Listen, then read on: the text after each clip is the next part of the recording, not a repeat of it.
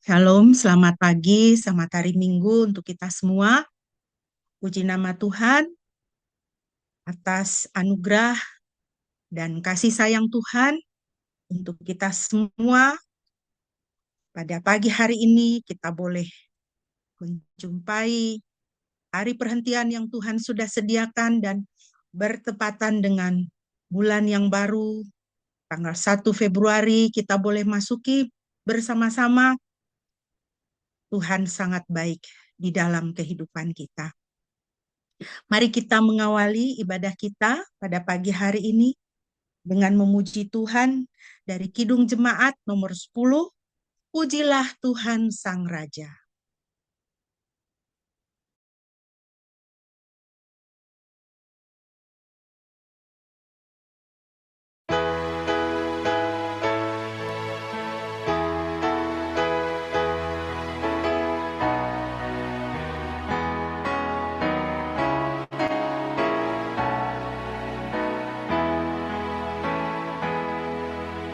Pujilah Tuhan Sang Raja yang Maha Mulia,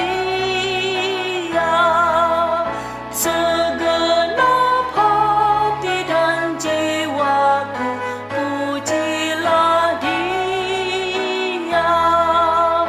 Datang berkat, berilah musikmu bergaung, angkatlah puji-pujian.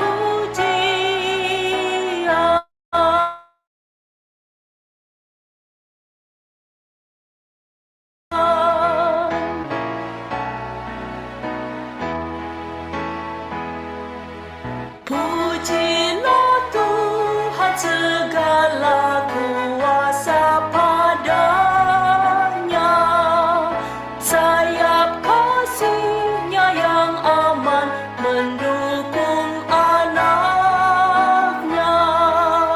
Tiada terperi yang kepadamu diberi, tidakkah itu kau rasa?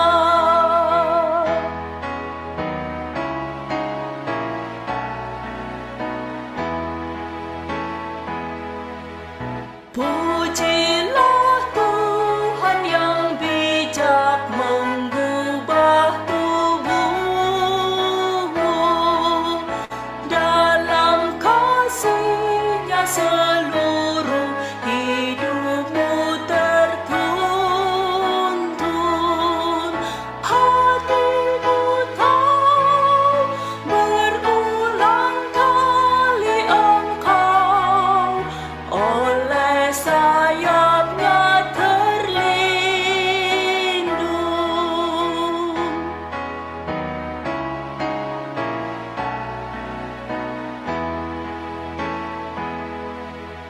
Pujilah Tuhan yang dapat dan mau melakukan,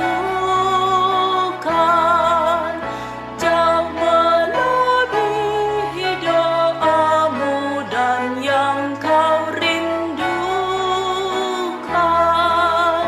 Ingat teguh, Ia berkuasa penuh, kasih-Nya terus kau temukan.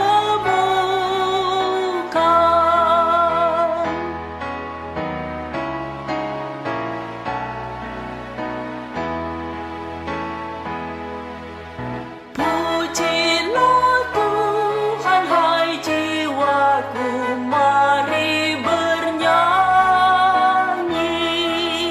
Semua makhluk bernapas, iringilah kami. Puji terus nama yang Maha Kudus, padukan suaramu, amin.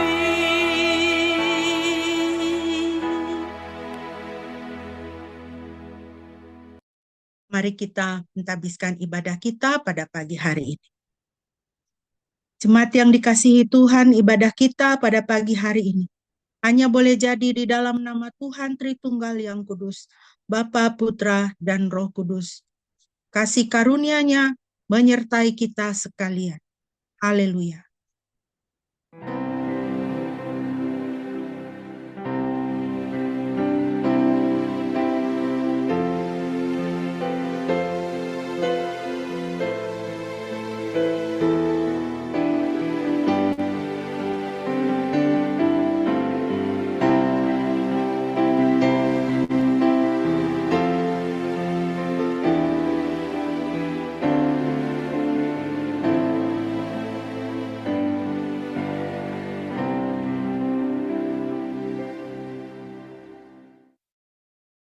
Firman Tuhan yang melandasi ibadah kita pada pagi hari ini terambil dari Mazmur 16 ayat 11. Mazmur 16 ayat 11. Engkau memberitahukan kepadaku jalan kehidupan. Dalam hadiratmu ada sukacita penuh. Di tangan kananmu ada kebahagiaan sejati. Puji nama Tuhan. Bapak Ibu yang dikasihi Tuhan, firman Tuhan ini mengingatkan kepada kita bahwa sukacita penuh, kebahagiaan senantiasa, jalan kehidupan ada pada Tuhan sendiri. Kuncinya ada pada Tuhan sendiri. Jadi apabila kita ingin supaya hidup kita dipenuhi dengan sukacita, kebahagiaan, dan kita bisa menjalani kehidupan kita dengan makna yang baik, dengan mutu yang baik. Marilah kita mendekatkan diri kepada Tuhan, menjaga hubungan kita dengan Tuhan, karena Dialah yang akan memberitahukan kepada kita jalan kehidupan, sukacita, dan kebahagiaan senantiasa.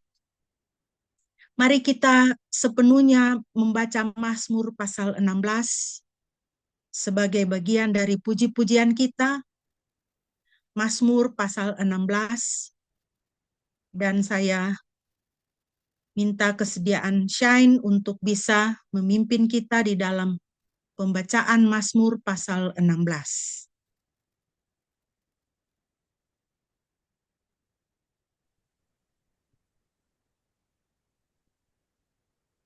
Baik, saya akan membacakan Mazmur 16 untuk kita semua. Tulisan berharga dari Daud. Jagalah aku ya Elohim, karena di dalammu aku berlindung. Hai jiwaku, kamu telah berkata kepada Yahweh, Engkaulah Tuhanku, tiada yang baik bagiku kecuali Engkau. Tetapi mengenai orang-orang kudus yang ada di bumi, merekalah yang mulia, semua kesukaanku ada di dalam mereka. Duka cita akan bertambah banyak bagi mereka yang berpaling kepada ilah-ilah. Aku tidak akan mencurahkan persembahan darah kurban mereka dan tidak akan menyebut nama mereka pada bibirku. Yahweh adalah bagian warisanku dan pialaku. Engkaulah yang akan meneguhkan bagianku. Tali pengukur telah jatuh kepadaku di tempat-tempat yang menyenangkan. Ya, aku memiliki warisan yang indah. Aku akan memuliakan Yahweh yang telah menasihatiku. Hati nuraniku juga mengajariku pada waktu malam. Aku senantiasa menempatkan Yahweh sebagai pemimpinku karena Dia ada di sebelah kananku. Aku tidak akan tergoyahkan. Sebab itu, hatiku bersukacita dan kemuliaanku bersukaria. Bahkan tubuhku beristirahat dalam pengharapan. Karena Engkau tidak akan meninggalkan jiwaku dalam alam maut. Engkau tidak akan membiarkan orang-orang kudusmu melihat kebinasaan. Engkau memberitahukan kepadaku jalan kehidupan, dalam hadiratmu ada sukacita penuh. Di tangan kananmu ada kebahagiaan senantiasa. Selesai. Amin, puji nama Tuhan. Di tangan kananmu ada kebahagiaan senantiasa. Kalau kita tadi sudah membaca Mazmur 16 begitu indah. Apa yang Tuhan sediakan, apa yang Tuhan perbuat bagi umatnya yang mengasihi Dia. Semua itu karena Tuhan terlalu sayang, terlalu mengasihi kita. Mari kita memuji kasih Tuhan dengan menaikkan pujian, "Oh kasih Tuhan," dan kita akan mempersiapkan diri untuk merenungkan firman Tuhan.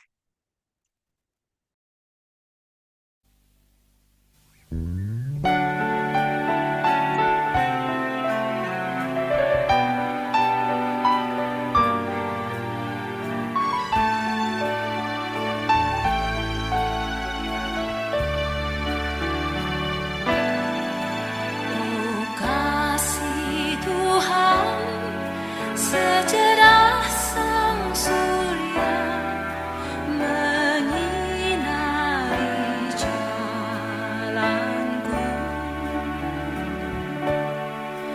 Oh kasih Tuhan, selembut sang bayu di malam hening sejuk. Betapa mulia kasih-Mu, dekat Yesusku sejahtera. Oh kasih Tuhan, sungguh mengherankan, sebab ku dirapinya.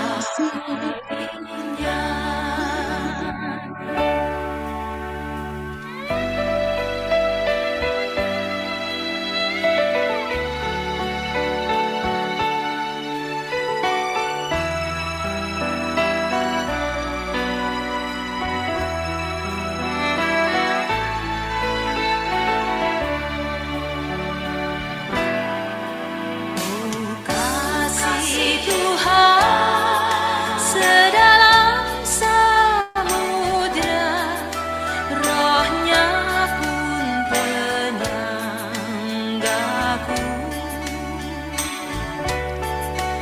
Oh kasih Tuhan, seceria mawar yang harum dan tak lalu.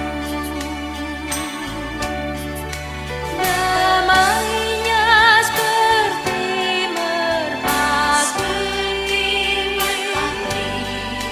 setia kita dinaungi. Tuhan ku pegang, hatiku pun senang, sebab ku dikasihi.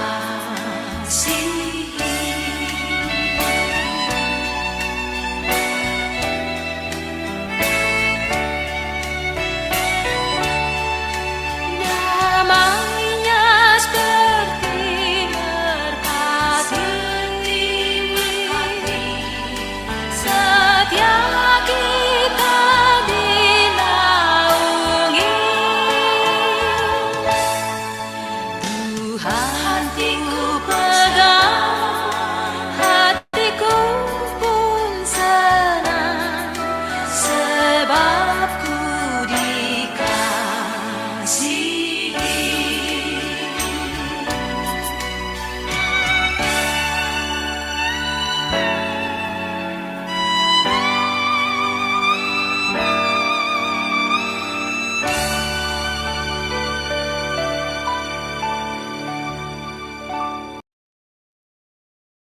Puji nama Tuhan. Mari kita membaca firman Tuhan yang terambil dari Mazmur 119 ayat 30 sampai ayat 37. Mazmur 119 ayat 30 sampai 37. Saya akan membacakan bagi kita sekalian demikian firman Tuhan. Aku telah memilih jalan kebenaran, aku telah meletakkan keputusan-keputusanmu di hadapanku. Aku telah melekat kepada kesaksian-kesaksianmu, ya Yahweh, janganlah mempermalukan aku. Aku akan mengejar petunjuk perintah-perintahmu, karena engkau akan melapangkan hatiku.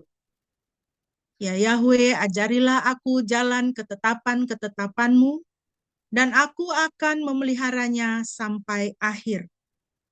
Berilah aku pengertian, dan aku akan memelihara Tauratmu dan mematuhinya dengan sepenuh hatiku.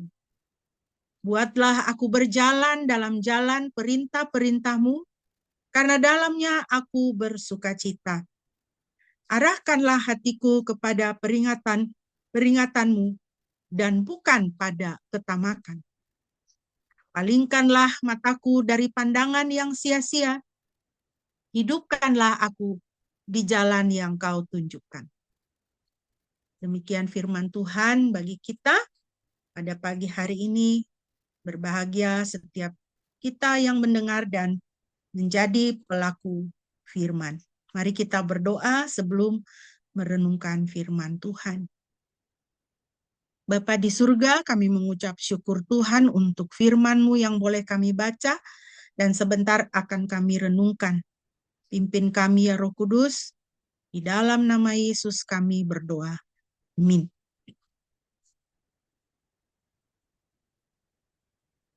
Bapak Ibu yang dikasihi Tuhan, pada pagi hari ini kita akan melanjutkan tema kita, yaitu manfaat dekat dengan firman Tuhan atau manfaat mengenal firman Tuhan. Ini adalah bagian yang kedua. Bagian yang pertama kita sudah membahasnya 2 minggu yang lalu.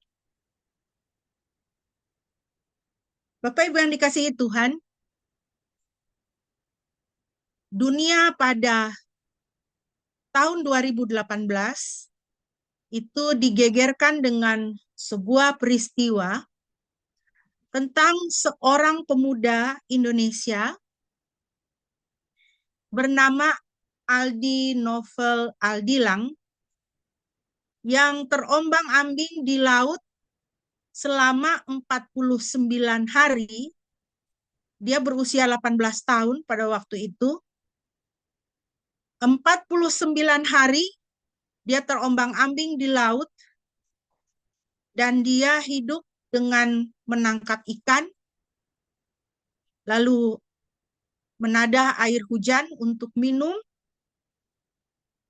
dan untuk menjaga kesehatan mentalnya, dia membaca Alkitab dan menyanyikan lagu-lagu rohani. Peristiwa ini menggegerkan bukan hanya Indonesia, tetapi seluruh dunia.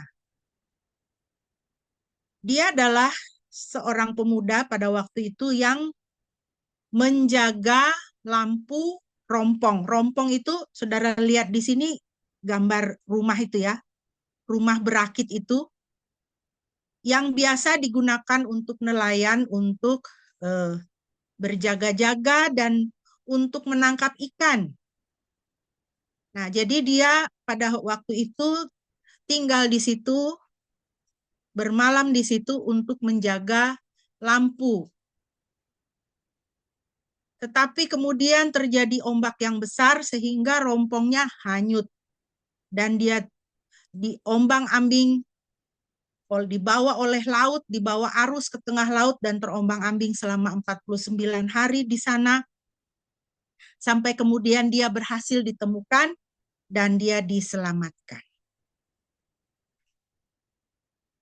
Peristiwa ini menjadi satu kesaksian bagaimana membaca Alkitab itu menjadi kekuatan untuk hidup seorang manusia. Bayangkan 49 hari hanya sendirian di tengah laut, tidak ada siapa-siapa, tidak ada teman bicara, tidak tahu kapan dia bisa diselamatkan, dia tidak tahu kapan dia akan ditemukan. Apakah dia akan diselamatkan atau dia mati di situ? Tentu menjadi pergumulan di dalam pikirannya. Tetapi dia menolak pikiran-pikiran yang bisa mematikannya dengan bertahan hidup menangkap ikan dan dengan membaca Alkitabnya dan menyanyikan lagu-lagu pujian kepada Tuhan. Pertanyaannya atau yang menjadi kesan bagi saya adalah yang luar biasanya bahwa dia membawa Alkitabnya untuk kerja. Dia membawa Alkitabnya untuk dia melaksanakan, di dalam dia melaksanakan tugasnya menjaga lampu di rompong itu. Siapakah kita yang pergi kerja? Kita bawa Alkitab. Siapakah kita yang pergi sekolah, pergi kuliah? Kita bawa Alkitab kita. Oke, Alkitab kita ada di handphone. Tetapi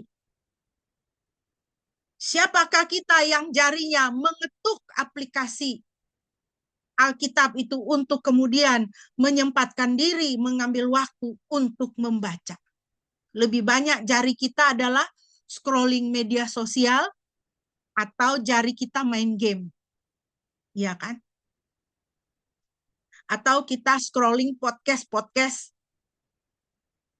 berbagai macam tentang kesehatan, tentang politik, tentang macam-macam, tentang artis-artis, ya kan? Jadi kita bisa belajar dari Aldi ini. Dia pergi kerja, dia pergi kemana, dia tidak tinggalkan Alkitabnya, tetapi dia bawa.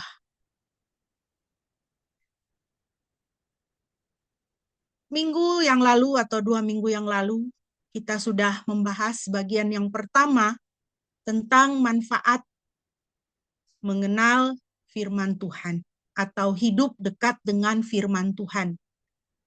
Saya ulangi untuk kita refresh. Yang pertama adalah memberikan substansi atau isi bagi iman kita, supaya kita tahu apa yang kita percayai. Yang kedua, membuat kita tidak goyah dalam masa pengujian. Seperti misalnya yang dialami oleh Aldi. 49 hari terombang-ambing di tengah laut. Dia tidak goyah. 3, memampukan kita memiliki pengetahuan Alkitab secara akurat. Karena ini menjadi indikator juga tingkat pertumbuhan kerohanian kita. Kalau kita adalah orang Kristen yang masih anak-anak, tentu kita tidak bisa menerima pengajaran atau doktrin-doktrin Alkitab yang sedikit lebih berat. Tetapi seiring dengan pertumbuhan kerohanian kita, maka kita akan bisa dan kita akan suka untuk mau mengetahui lebih dalam mengenai iman kita, pengetahuan Alkitab secara akurat. Apa itu baptisan, apa itu sakramen, apa itu keselamatan, doktrin akhir zaman, dan sebagainya seperti itu.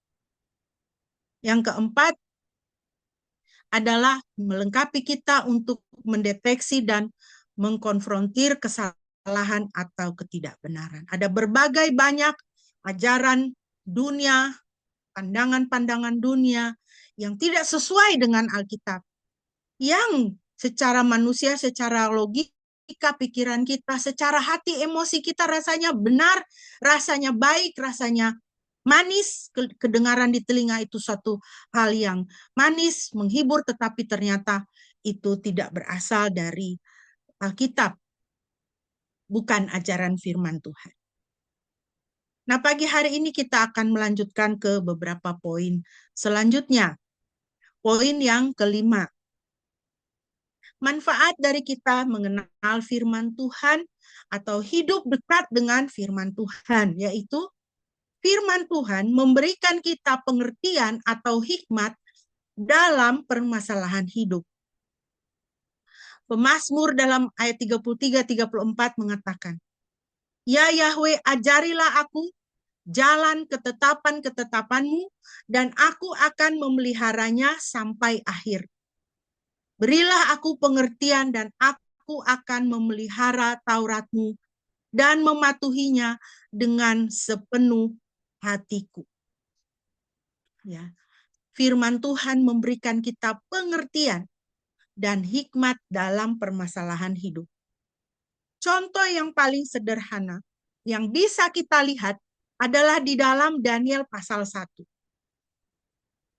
Kita semua tahu kisahnya, bagaimana Daniel dan teman-temannya menolak makanan yang dipersembahkan dari meja raja untuk mereka makan pada waktu itu. Ingat, mereka berada di negeri asing, di bawah pemerintahan raja asing, karena umat pada waktu itu mengalami pembuangan. Saudara, kalau saudara membaca Daniel pasal 1, ini bukan hanya soal menolak makanan dari hidangan dari meja raja. Bukan soal hanya makan sayur. Ya. Bukan soal hidup sehat. Bukan soal diet. Makanan raja pastilah enak-enak. Hidangan yang enak-enak. Segala macam daging dan semua lauk yang dimasak dengan luar biasa enak. Ini bukan soal menolak makan yang enak. Walaupun puasa dan ini disebut, banyak orang menyebut ini sebagai puasa Daniel, hanya makan sayur. Digunakan sebagai metode untuk berpuasa. Ya, tidak salah juga, tidak apa-apa. Ya. Tetapi permasalahan yang ada di dalam Daniel pasal 1 itu lebih besar daripada permasalahan makanan. Apa yang dihadapi Daniel dan teman-temannya pada waktu itu adalah permasalahan politik, permasalahan budaya, permasalahan agama, permasalahan siapa yang menjadi sesembahan. Saya hanya mengantarkan secara sekilas saja ya. Nah, saudara bisa membaca itu. Kemudian di dalam Daniel 1, 2, 3, 4, 5, 6. Ya, saudara bisa baca di situ. Bagaimana negeri asing ini, raja asing ini, sistem pemerintahan di negeri asing ini berusaha untuk apa? Untuk mengubah anak-anak Tuhan yang pintar ini, yang luar biasa ini, yang baik ini, diubah, dihilangkan identitasnya sebagai umat dari Yahweh. Diubah namanya. Diberikan pendidikan, pengajaran yang sesuai dengan apa yang berlaku di dalam istana raja di negeri asing ini. Dari segi makanan, mereka mulai dibiasakan dengan makanan-makanan yang ada di negeri itu, supaya mereka bisa menyesuaikan diri dengan negeri itu dan menjadi bagian dari negeri itu, hilang identitasnya sebagai orang Israel, hilang identitasnya sebagai penyembah Yahweh. Saudara, jadi permasalahan yang dihadapi oleh Daniel dan teman-temannya itu sangat besar. Bagaimana kalau kita menghadapi hal seperti itu? Beberapa hari yang lalu saya sempat menonton sebuah video singkat ya, sebuah video reel, jadi hanya berapa detik saja. Video itu menunjukkan seorang ibu atau seorang wanita Indonesia di luar negeri. Dia sedang makan. Tiba-tiba dia mendengar dari belakangnya ada dua orang sedang bercakap-cakap, sedang berbincang dengan bahasa Indonesia. Langsung spontan dia celingukan, mana nih? Ya, kalaupun saya tidak kenal, saya mau kenal. Saya mau cari tahu siapa ini yang berbahasa Indonesia. Apakah dia dari orang dari kampung saya? Karena ini pasti orang Indonesia. Seperti itu. Saudara-saudara kita yang ada di luar negeri, mereka rindu untuk berkumpul sesama dengan orang Indonesia. Mereka rindu dengan Indonesia. Kalau kita sih biasa-biasa aja, karena kita di Indonesia, ya kan. Nah, saudara bayangkan, Daniel dan teman-temannya dalam situasi mereka, dalam tanda petik, di luar negeri. Identitas mereka, budaya mereka, agama mereka, itu sedang mengalami pelan-pelan mau dihapus. Tetapi apa yang kita baca? Daniel menolak makanan dari meja raja. Bukan sekedar menolak, tetapi dia tahu firman Tuhan. Di tengah-tengah masalah yang dia hadapi, dia tahu firman Tuhan. Saudara ingat anak-anak Israel itu. Mereka itu dari kecil itu langsung mereka diajarkan agama. Dari kecil itu mereka dimasukkan ke dalam sebuah sekolah itu seperti madrasah begitu ya. Sehingga firman Tuhan itu tertanam di dalam kehidupan mereka. Kemanapun mereka pergi, hukum-hukum Tuhan itu melekat di dalam diri mereka. Sehingga apapun yang mereka alami, mereka tetap setia kepada firman Tuhan. Mereka tahu harus bertindak bagaimana sesuai dengan firman Tuhan. Jadi saudara lihat di sini. Firman Tuhan memberikan hikmat, memberikan pengertian ketika kita berada di dalam masalah. Yang berikut saudara, manfaat dari mengenal atau hidup dekat dengan firman Tuhan. Firman Tuhan memberi keyakinan pada kita dalam langkah hidup sehari-hari. Mazmur 119 ayat 35 dan 45.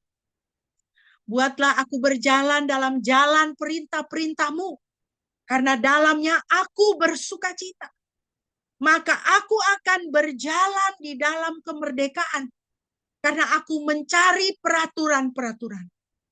Memberi kita keyakinan. Firman Tuhan memberikan kita keyakinan dalam langkah hidup kita sehari-hari. Mari kita melihat contoh Paulus. Paulus ini seorang hamba Tuhan yang luar biasa. Seorang rasul yang luar biasa dipakai Tuhan. Tetapi saudara lihat Alkitab mencatat penderitaan Paulus itu bukan kaleng-kaleng. Bukan remeh-temeh. Penderitaannya itu bisa menghancurkan dia sebagai seorang manusia. 2 Korintus 11, 23-27. Mari kita lihat. Apakah mereka pelayan Kristus? Aku berbicara seperti orang bodoh. Aku lebih lagi, aku bekerja lebih keras. Aku sering dipenjara, dicambuk lebih banyak. Kerap kali hampir mati. Orang Yahudi telah 5 kali mencambuki aku. Setiap kali aku menerima 40 kurang 1 cambukan.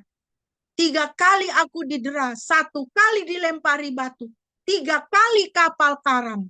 Sehari semalam terkatung-katung di lautan luas.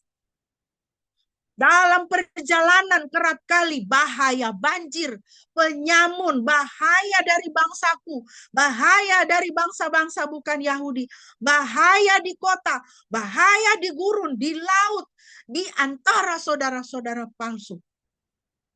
Aku berjeri lelah dan kerja keras, seringkali tidak tidur dalam kelaparan dan dalam kehausan.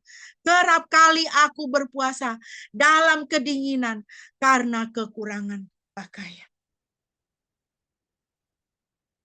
Saudara, kita menderita apa? Ya toh? Kita menderita apa? Dan kita menderita karena apa? Paulus menderita karena dia menjadi pelayan Kristus. Kalau Paulus ini hidup sekarang di zaman modern, saya jamin tidak ada gereja yang akan mengundang Paulus untuk bersaksi. Kenapa? Karena hidupnya menjadi pelayan Kristus penuh dengan penderitaan dan penderitaan terlalu ngeri. Orang lebih senang mendengar kesaksian. Dulu saya belum ikut Yesus. Perusahaan saya bangkrut. Saya sakit. Lalu saya terima Yesus. Sekarang saya ikut Yesus. Perusahaan saya maju. Keluarga saya diperbaiki. Kesehatan saya dipulihkan Tuhan. Saya mengalami mujizat.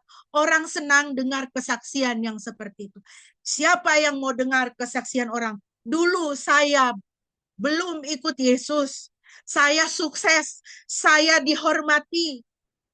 Saya mendapat kewarganegaraan dari negara adik kuasa. Lalu setelah ikut Yesus, saya dicambuk, saya bangkrut, saya dilempari batu. Saya puasa dan saya kedinginan karena pakaian saya kurang.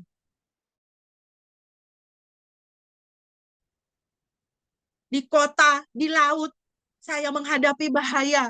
Saya ada di tengah-tengah saudara yang palsu. Tidak ada orang yang suka mendengar kesaksian yang seperti itu. Tetapi itu dialami oleh Rasul Paulus.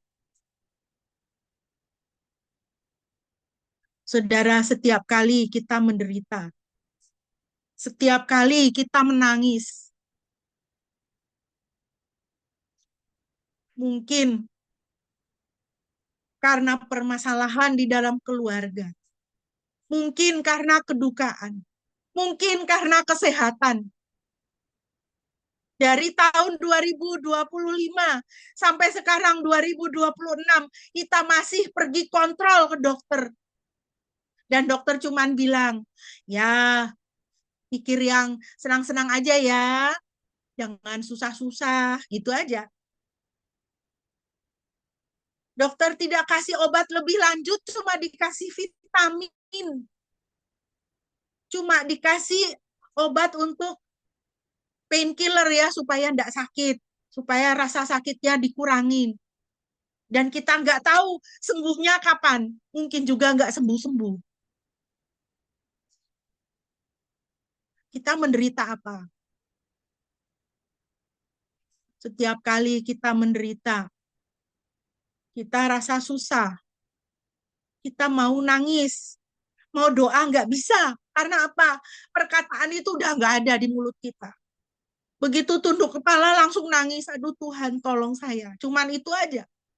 Saudara, baca 2 Korintus 11, 23, 27. baca ayat-ayat ini, maka saudara bisa tahu, saudara bisa dikuatkan bahwa di dalam penderitaanmu engkau tidak sendirian. Anak Tuhan yang bersungguh-sungguh melayani Tuhan juga mengalami penderitaan. Dialah Rasul Paulus.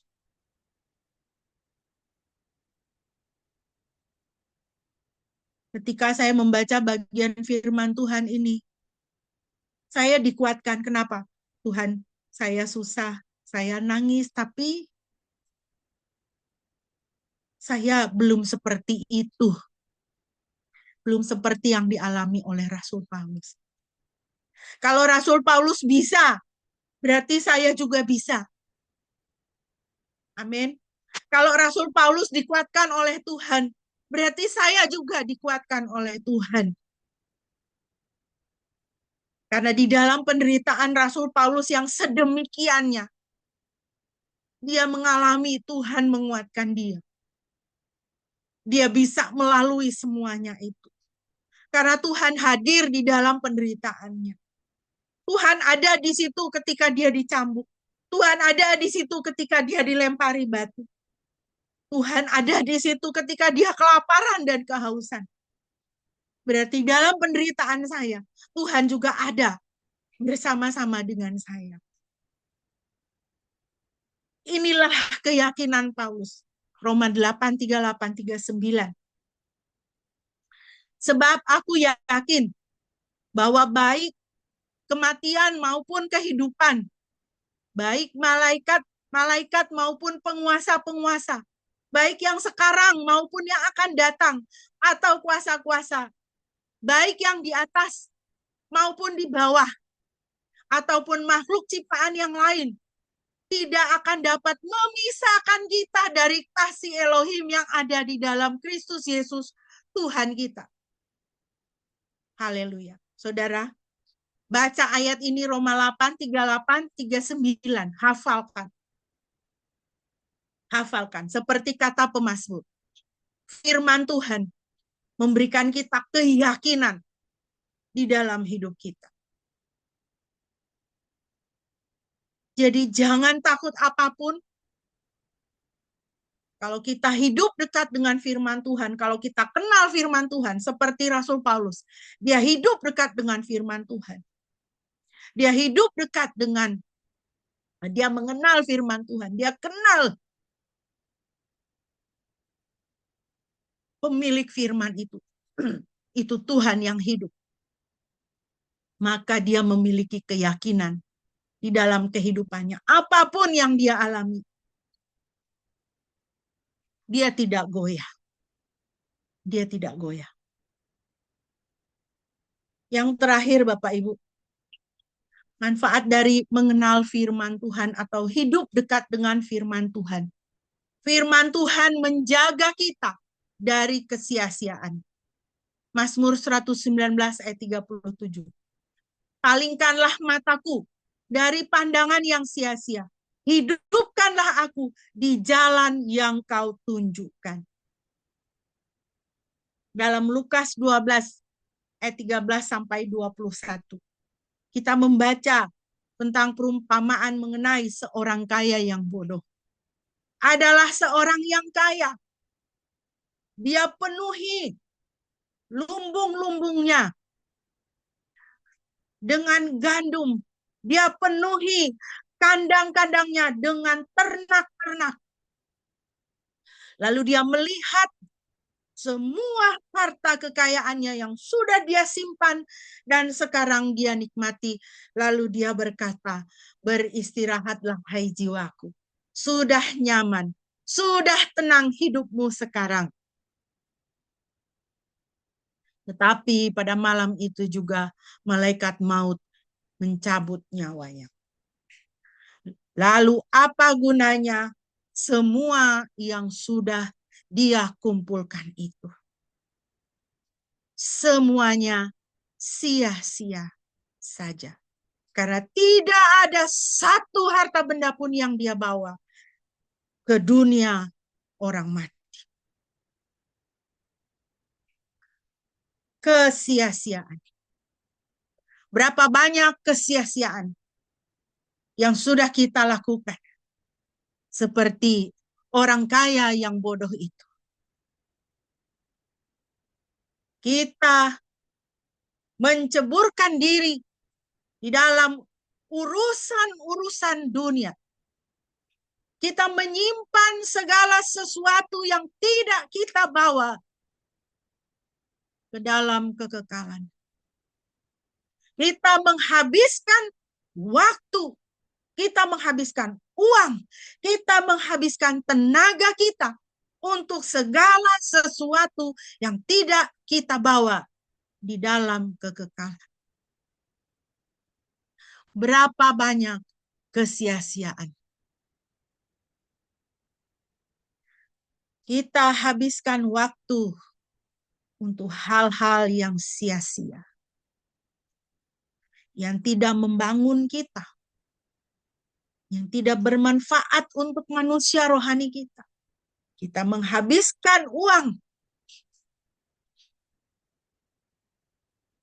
yang tidak kita bawa ke surga.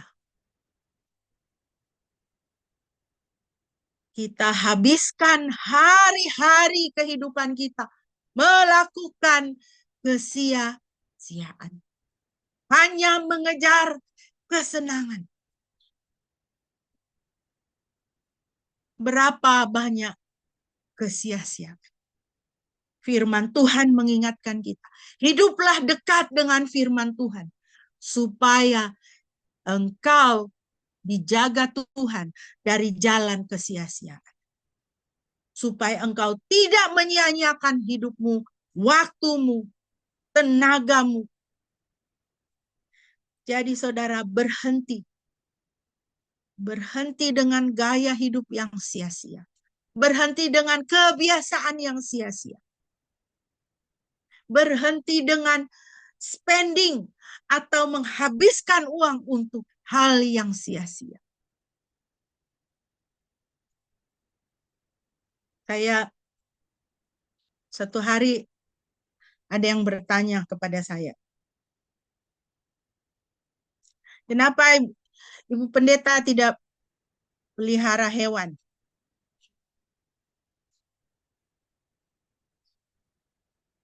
Saya bilang pelihara hewan itu perlu banyak uang.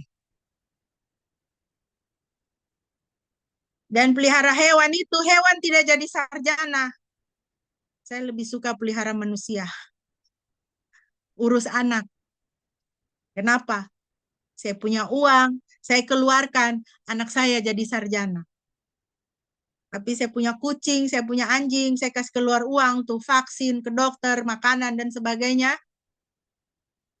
Ini barang dia tidak jadi sarjana. Kecuali kalau saudara pelihara kambing seperti pendeta ya. Itu investasi namanya. Jualan pupuk dari kotoran kambing, dapat duit, bolehlah. Iya kan?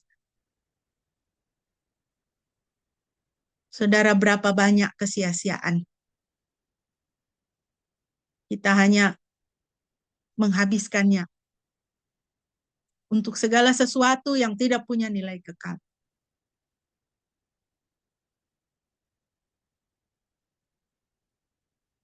Sebagai penutup,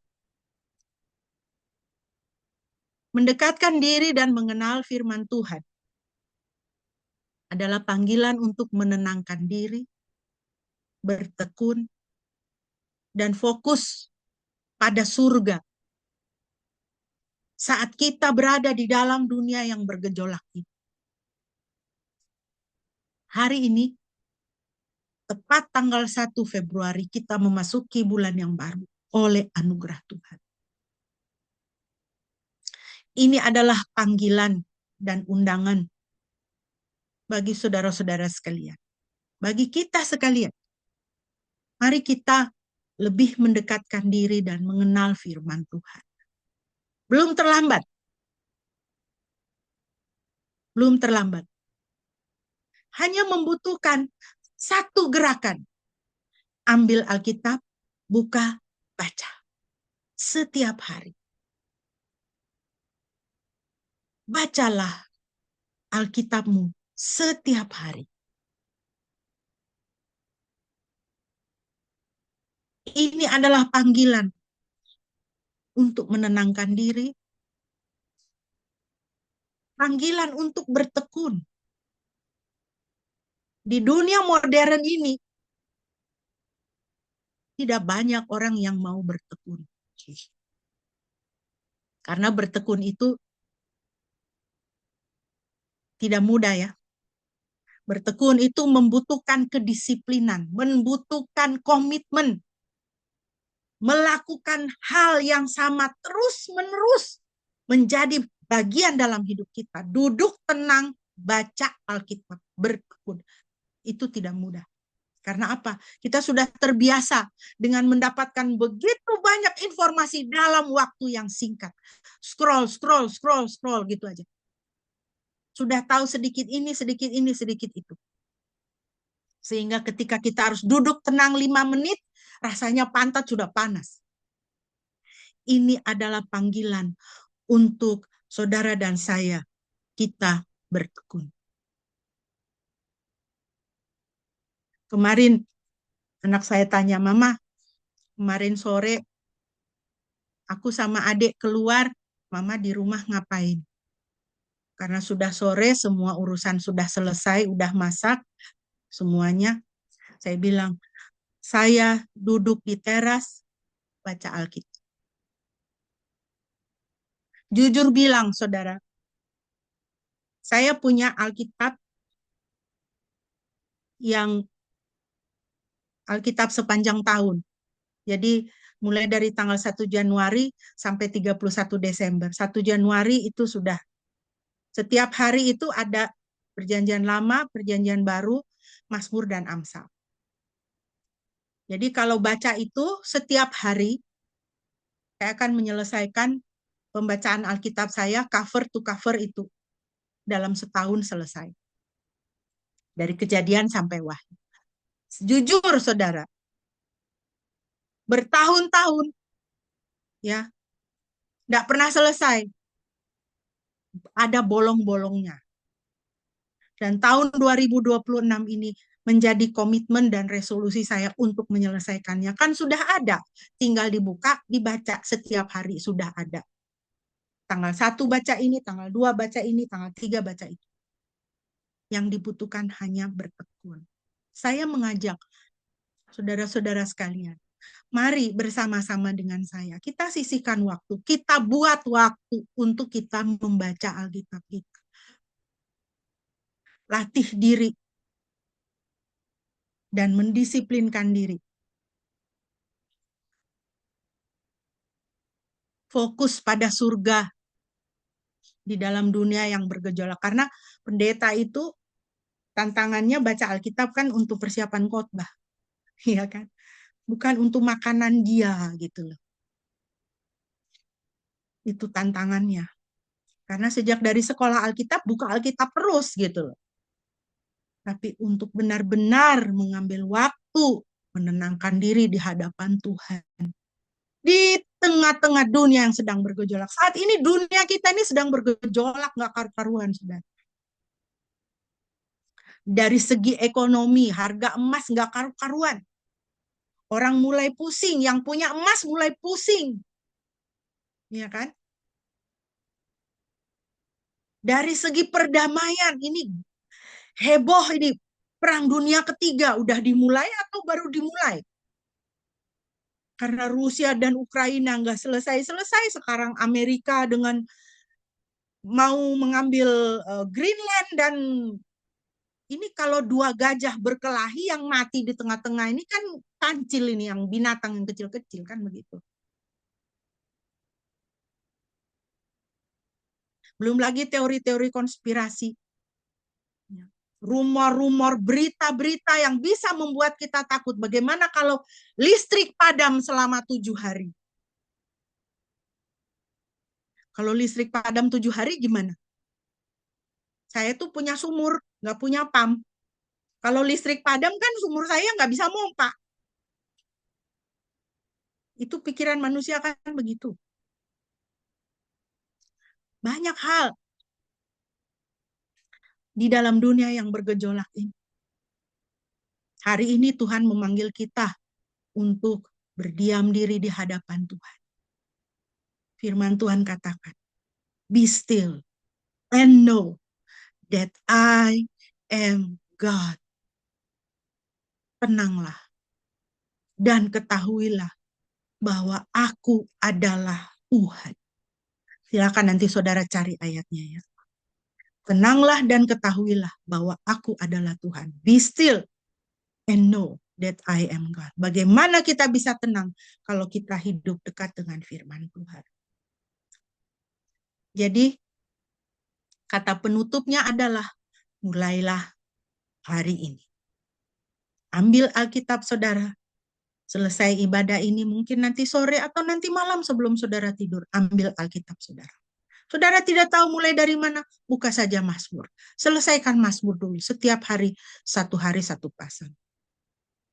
Saudara tidak tahu berdoa bagaimana? Berdoalah dengan pemazmur. Saudara tidak tahu mau memuji Tuhan bagaimana karena saudara suaranya mungkin fales. Pujilah Tuhan dengan membaca Mazmur. Tuhan memberkati saudara sekalian. Amin. Mari kita mempersiapkan diri untuk kita akan memasuki perjamuan kudus Tuhan. Mari kita mengambil waktu teduh sejenak. Salibmu, salibmu, yang kumuliakan dalam perjalananku menuju ke surga. Salibmu, salibmu, yang kumuliakan dalam perjalananku menuju ke surga.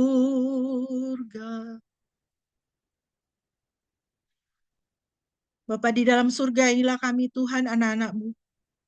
Kami datang menghadap hadirat-Mu ya Bapa. Kami mengucap syukur Tuhan untuk kebenaran firman-Mu yang boleh kami baca dan kami renungkan. Pimpin kami Tuhan untuk senantiasa memiliki hati yang rindu akan firman-Mu, yang haus akan firman-Mu Tuhan. Tolong kami Tuhan, bawa kami ke dalam jam-jam doa dan jam-jam kami membuka Alkitab kami dan membaca firman Tuhan. Biarlah kami boleh semakin hidup dan mengenal dan semakin dekat dengan firman Tuhan. Karena firman-Mu itulah kekuatan kami Tuhan.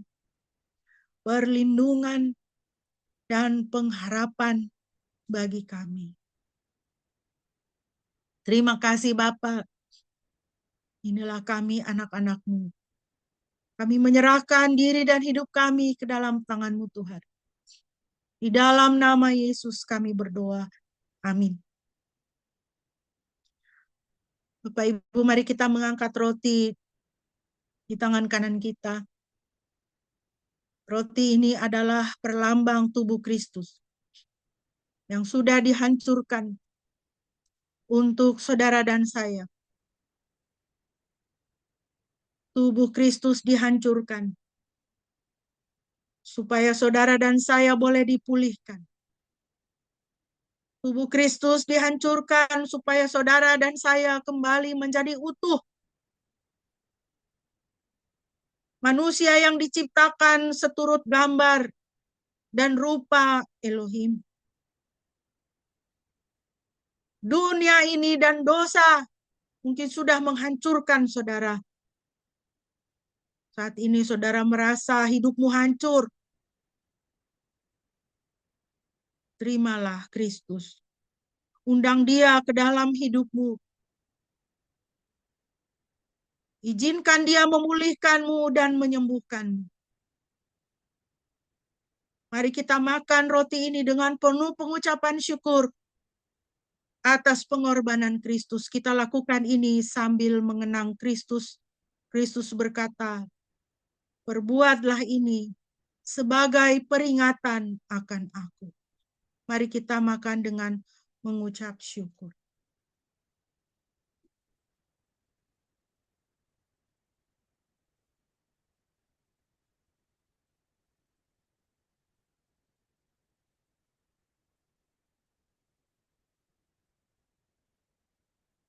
Mari kita angkat anggur di tangan kanan kita. Anggur ini adalah perlambang darah Kristus yang dicurahkan bagi saudara dan saya. Darahnya dicurahkan untuk membasuh kita, untuk menyucikan kita. Saudara, dosa dan dunia ini mungkin sudah menghancurkanmu, membuat engkau merasa kotor, bahkan engkau membenci dirimu sendiri atas apa yang sudah engkau lakukan. Engkau benci hidupmu karena begitu kotor, bahkan tidak ada orang yang mau memandang engkau, menjauhimu. Terimalah Kristus. Izinkanlah darahnya untuk membasuhmu, untuk menguduskanmu, melahirkan engkau kembali, sehingga engkau berhak untuk masuk ke dalam kerajaan sorga. Mari kita minum dengan penuh pengucapan syukur dan mengingat akan darah Kristus yang sungguh mulia di dalam kehidupan kita.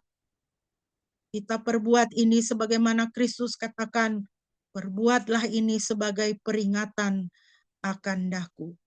Mari kita minum dengan penuh pengucapan syukur.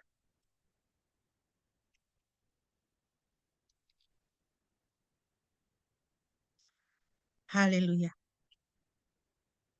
Mohon kesediaan Bapak Gembala untuk bisa memimpin kita dalam doa syukur dan doa syafaat.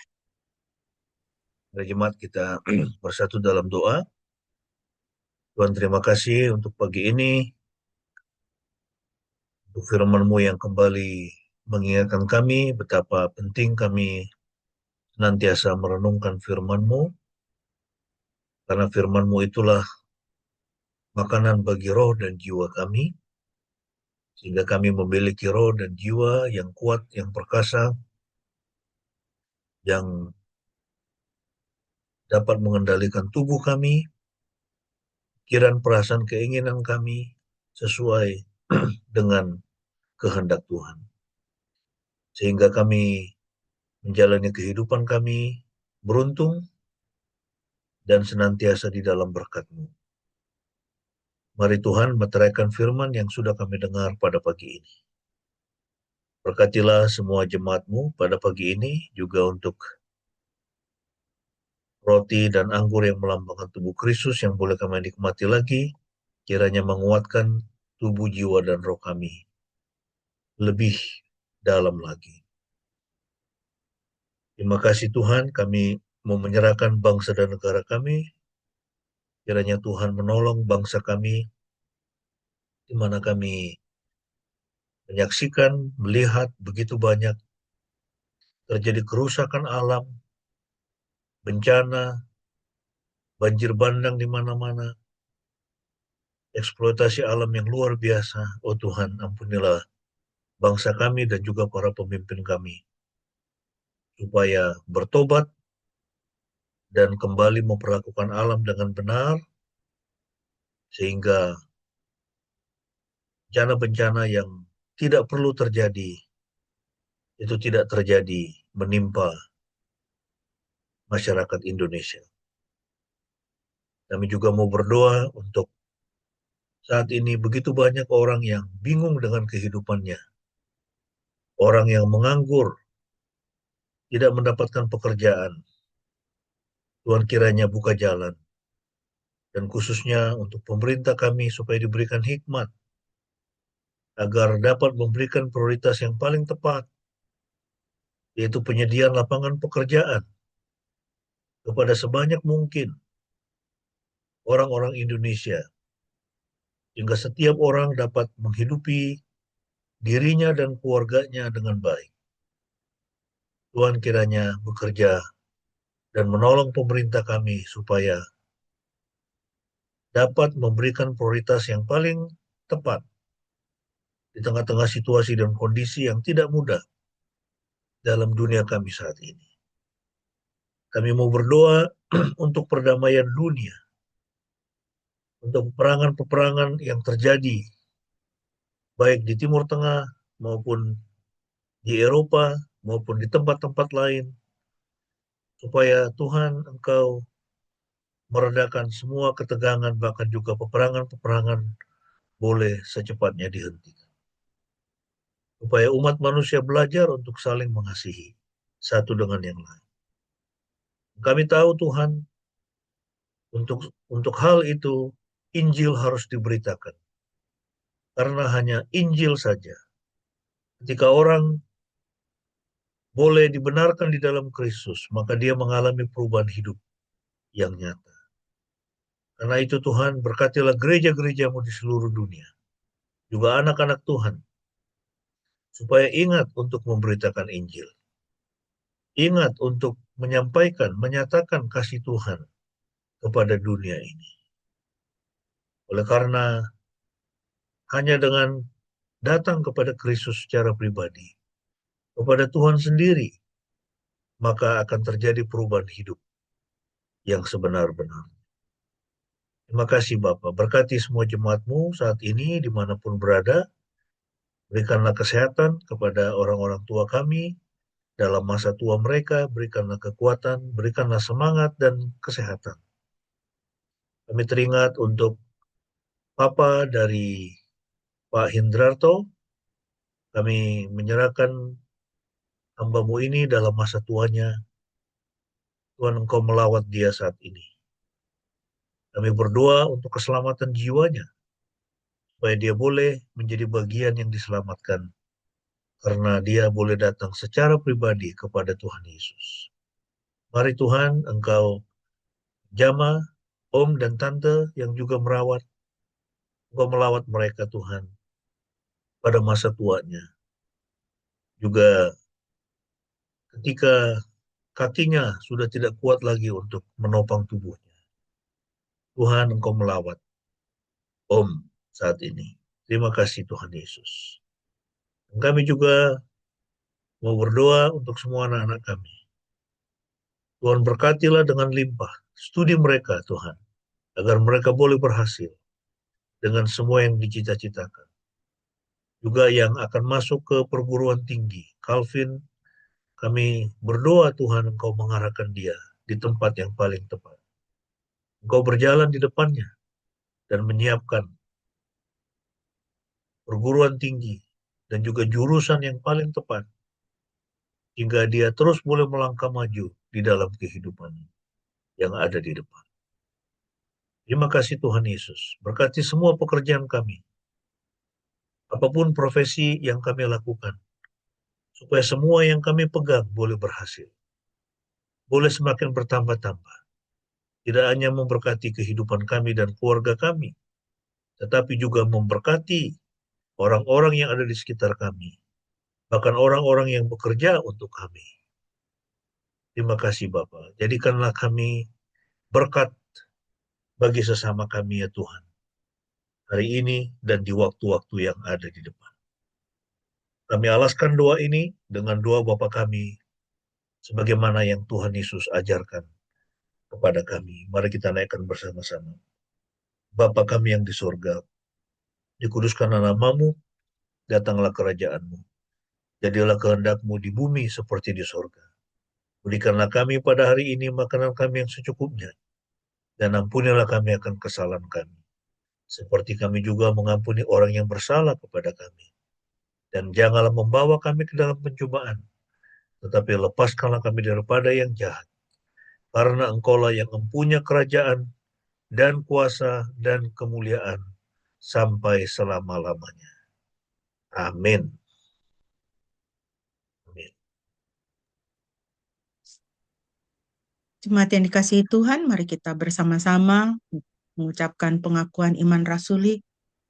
Apabila saudara bisa berdiri, saya persilakan untuk bisa berdiri dan kita akan mengucapkan pengakuan iman kita di hadapan Tuhan, dan sesama marilah kita berkata demikian.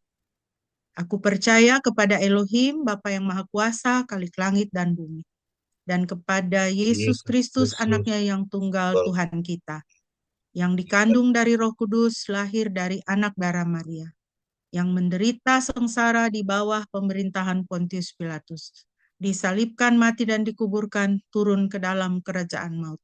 Pada hari yang ketiga bangkit pula dari antara orang mati, naik ke sorga, duduk di sebelah kanan Elohim, Bapa yang Maha Kuasa. Dan dari sana ia akan datang untuk menghakimi orang yang hidup dan yang mati.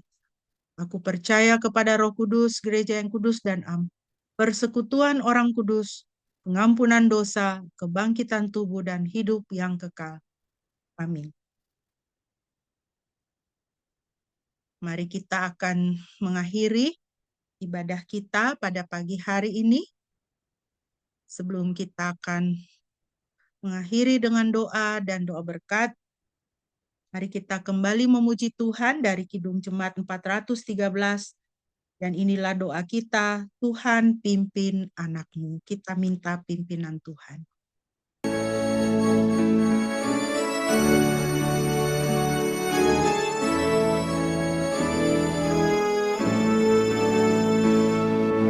Tuhan pimpin anakmu agar tidak tersesat, agar jauh rasa terus bila kau tetap dekat. Tuhan pimpin arus hidup menderas, agar jangan kau sesat, pegang tanganku erat. Hanya di kau sajalah perlindungan yang teguh, bila hidup menekan, kau harapanku penuh. Tuhan pimpin arus hidup menderas, agar jangan ku sesat, pegang tanganku erat.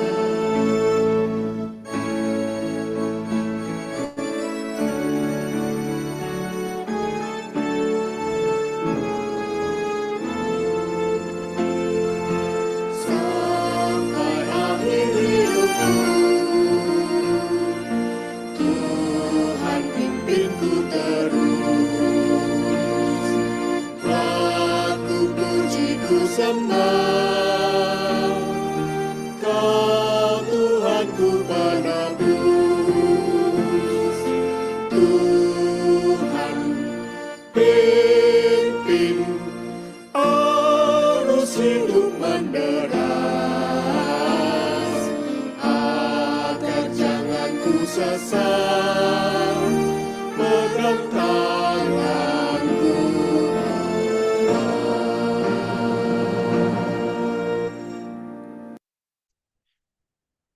Jemaat yang dikasihi Tuhan, sekarang arahkanlah hatimu kepada Tuhan dan terimalah berkat-Nya. Yahweh memberkati engkau dan memelihara engkau. Yahweh membuat wajah-Nya bersinar atasmu dan memberi engkau anugerah. Yahweh mengarahkan wajah-Nya kepadamu dan memberi engkau damai sejahtera. Pujilah Khalik semesta.